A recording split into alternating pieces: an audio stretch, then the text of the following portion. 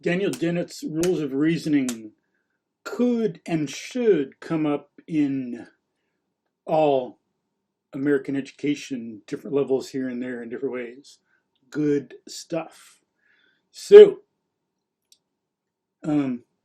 something that could be done in geometry, algebra, literature, physics, chemistry could and should, because we're learning things and it's like, what's the point? It's an old question, a cliche. It's a tradition to ask, when are we ever going to use this? Who cares? Well, here's one place where we could and should use it in using good thinking skills and dealing with people, because we know, unfortunately, through human history, from today, this second, back through the beginnings, there's some ugly crap that goes on. As some say, in regard to some people, not all, there's those of us who, when we don't understand something, we're curious about it and we seek to find out, then we act accordingly. It takes knowledge and processing. But as Tom Brown and some others say, in regard to too many people too often, through human history, we see it's a trend. It's a common theme. Quote, what we don't understand, we fear. What we fear, we hate. What we hate, we seek to destroy. Unquote. Among people and among animals and plants and landscapes and stuff, unfortunately.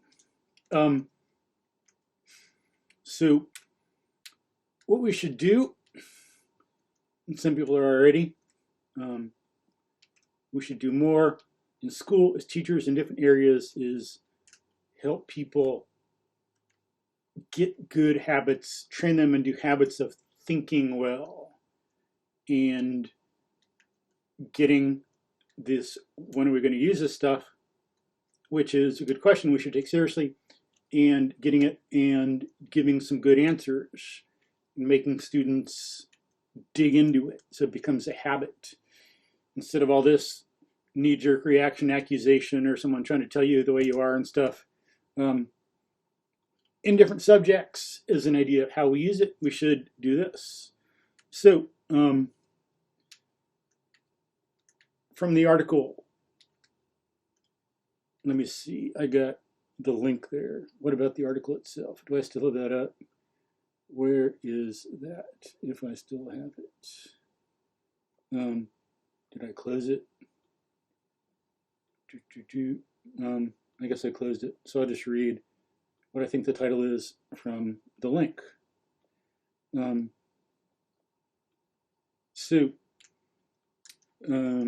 And where's photo booth? There it is. Okay, see myself. All right. So, how to argue with kindness and care. 4 rules from philosopher Daniel Dennett. And I'll put a link to this excerpt. Like their classical predecessors, these rules directly tie careful, generous listening to sound argumentation. Unquote. Listening and thinking and processing. So, quote, we cannot say we have understood an argument unless we've actually heard its nuances, can summarize it for others, and can grant its merits and concede its strengths.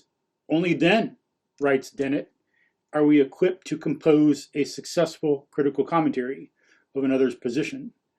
Dennett outlines the process in 4 steps. 1. Attempt to re-express your target's position so clearly, vividly, and fairly that your target says, thanks, I wish I'd thought of it putting it that way. 2.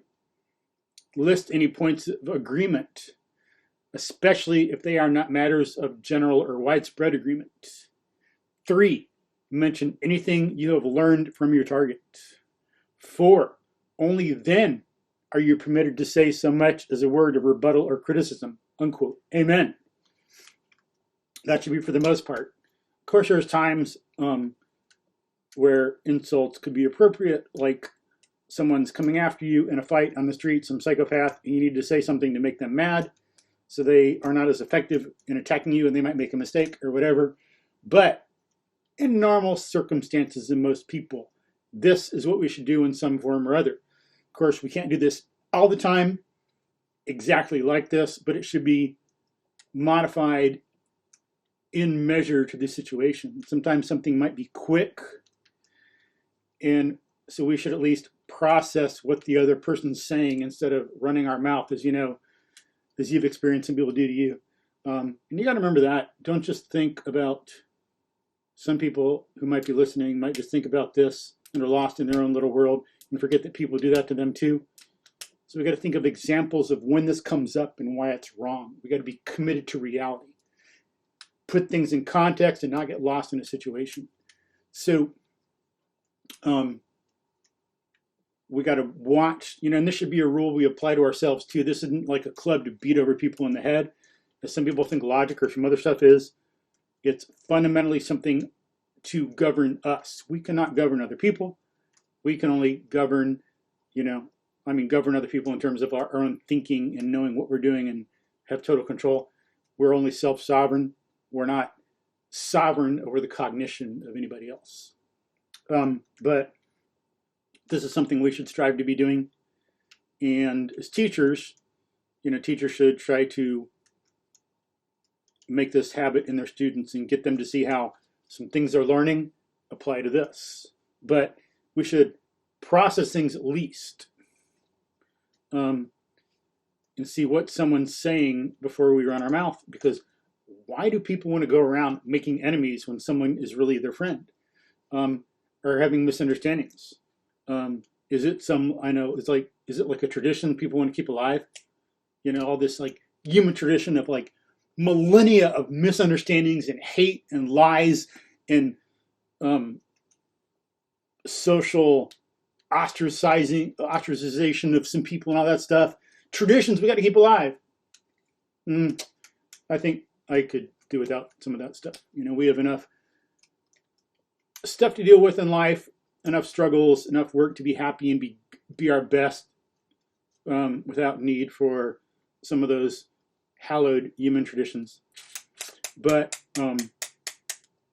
if some people want to do that, they can be our guest, but they should please keep it to themselves. And get in a little group and have a little therapy sessions with each other where they do that or something, and leave the rest of us alone.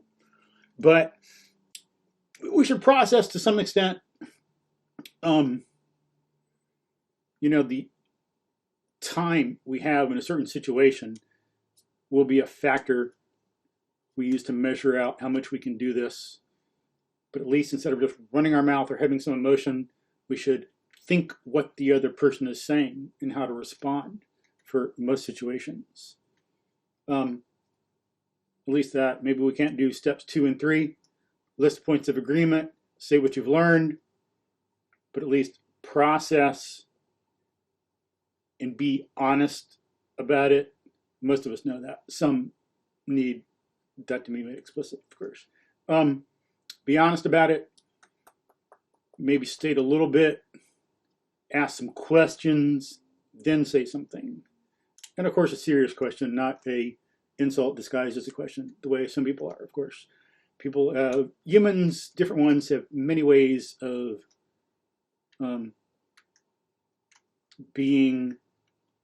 pretending they're getting along with something while denying it or undercutting or attacking it, but we should at least process a little bit and then do that. And this is like in something we could bring up in science, being scientific about a person. In real science, a method, not being part of a club or a community, having a little merit badges or whatever, social merit, not real scientific merit. Or it's not just knowing some products, memorizing what some other people do. It's a method of thought. Certain collected methods that work in a certain thing, a certain area, Physics and psychology have the same basic fundamentals, but when you get into studying it, there's some very different methods and concepts that are going to be relevant to the field and doing science in them. But studying science, you got these things. You got to look at the facts of reality, observe, bring in principles, bring in prior knowledge, form an argument, reach a conclusion. That's what we should be doing with people instead of running our mouths. And that's what teachers can do to train students to get better. We want a better society. We want to live better. We want students to have a good life and to get along well with their friends and loved ones. Here's something we can do. And this shows how stuff is relevant. We need science to understand the world around us, to assess claims some people make. And in our culture, there's no getting around scientific stuff because it's just part of it. So you got to know it to like live a good life and avoid bad things, know good things, and know how to deal with the technologies and scientific stuff around you. Just part of our world. But we need to also use science to learn how to think better and judge people at work, family, friends, and things like that, as I say.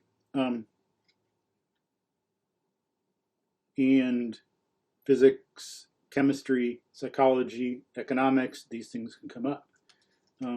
How do we get what we're doing and apply it to other areas? And that's learning to be scientific.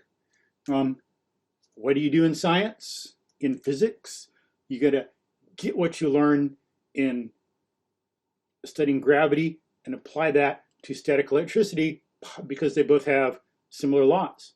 That's what people actually did in the real world, in science, in developing inductively and conceptually ideas about electricity.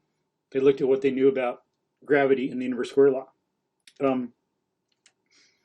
Getting things we know about motion and connecting them to temperature and heat in engines, connecting things to different areas, electricity and magnetism. That's what we do. So this will help get more principles, and people are able to think better in principle, which we need to for work and life. We don't just do algebra in isolation. We got to get it, put it in context of what we're doing at work, draw conclusions, see how that affects us, see how that affects business, see how that affects people, profit, loss, what is on their side, how does it help everybody get savings for the future and for food and for their kids and so on and so forth. Connect, connect, connect. In geometry, we're learning proofs. I bring this stuff up all the time. This is something I've been doing for a long time, for a few years at least. Maybe I only started doing it a few years, so that long time. But in geometric proof, we go through a certain process. Abraham Lincoln studied it, as I discussed in another video a lot. He studied it extensively to learn to become a better lawyer so he could defend his clients. That can help you see how, unless you already knew already, of course, but you can see how that can help you understand other people. If you're going to talk to someone, it should be like doing a geometric proof. What are the foundational things you know? You don't just mouth off some conclusion out of nowhere. We should know that we have a solid foundation. We got evidence for what we're going to say and what we think because we're committed to the truth. We're not committed to lies or hate or to saying whatever. Do we want to be committed? Because if we do that, we're committed to a society where people do that. I don't want a society, I got enough already as it is, where people do a lot of that crap. I'd rather have a society where people are committed to thinking things out and being good to each other and being committed to the truth. Knowing who I am, who other people are, who they are, and being true to that. And we can learn that in geometry, You start with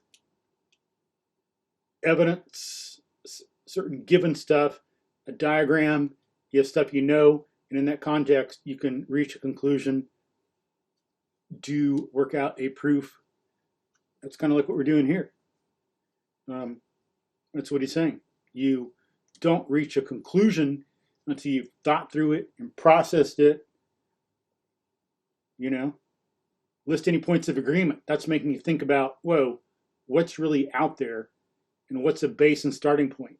Instead of getting lost in emotion or something, that makes you see how you agree, and it starts to get you to think about what's going on in the real world, like in physics or geometry. What's a bigger picture? What's a diagram and all that? Say what you've learned from your target. And that makes you more appreciative of the other person and making them think about them as a real person instead of just some object to attack. You know? Attempt to re-express your target's position. Know the given. Know the diagram. Where's the starting point? And put that in context of other things you know. What do they say? How can you process that in terms of other things you know and really have a process developed beginning understanding of what they're saying? Then go on and do the stuff. Then give criticism, because then we're giving criticism that's actually criticism instead of just lies and hate and mouthing off. So this would be a very good thing to bring up to show when are we ever going to use this or how is it relevant. Method matters. We should, and that's when students get older, you know, this wouldn't work for like elementary school kids so much. And they're not doing physics and geometry. But you couldn't do it to some extent, and like in literature. People could write papers, or you could get kids just doing little teeny tiny bits of this. You don't like this person, and what's the good about him and what's the bad about him? Could they be a friend or would they not? What would we have to be careful about? Are they doing something really bad so we should avoid them? You know, you can do that with little kids. Then when people are older, reading something they disagree with or get some character in a story, and write down what the person thinks in a really good way. Say what you agree with that character in the story about. Say what maybe you've learned from that character. And then it could be in an essay. And then, only then, start criticizing the person. So this is stuff that, you know, people already write some like pro and con stuff. And this could add whole new dimensions to it. In literature and some stuff in history. And this could be done just as some analysis in history too. You got some historical character. You think about what the person said. Try to put some ideas of the person, maybe some complex theory in like a paragraph or something, a page or a paragraph, just depending. Say what you might agree with them on. Say what you learned from them, and then criticize. You know, even like someone bad, you can say, we both want a better world, but Hitler, you just ain't going in the right place. Dude, you are so wrong and off. It's like, we need to talk. You need to straighten it out. You ain't going to get a better world that way. Whatever. You know, there's things like that where you might, in some very abstract way, agree with the other person. But hopefully that develops this in a lot of detail. This one good example of that answers the question, when are we ever going to use this? And it's very important. It would help so much for society in general, for the person's life, for their friendship, for their work, for stuff in meetings. I'll put a link to this in the description field. And as usual, put this excerpt, you know, in the description field and put a link to some stuff. So hopefully we can take that to heart and start working on making ourselves more like this. Make it, hey, it's the end of the year, make it like a New Year's resolution. At least when I'm making the video. When you watch it, of course, different thing. Make it an immediate resolution. Start working on it, please. Put it on Facebook, you know, other things. Start sharing it with coworkers and friends and trying to do some of this, as I say, to some extent, whatever's appropriate and measure for the situation. And then teachers, hopefully we can do this, help improve the lives of students, which is the basic idea we're there for. Education is about training the youth to prepare them for adult life. So let's do that, please. Peace.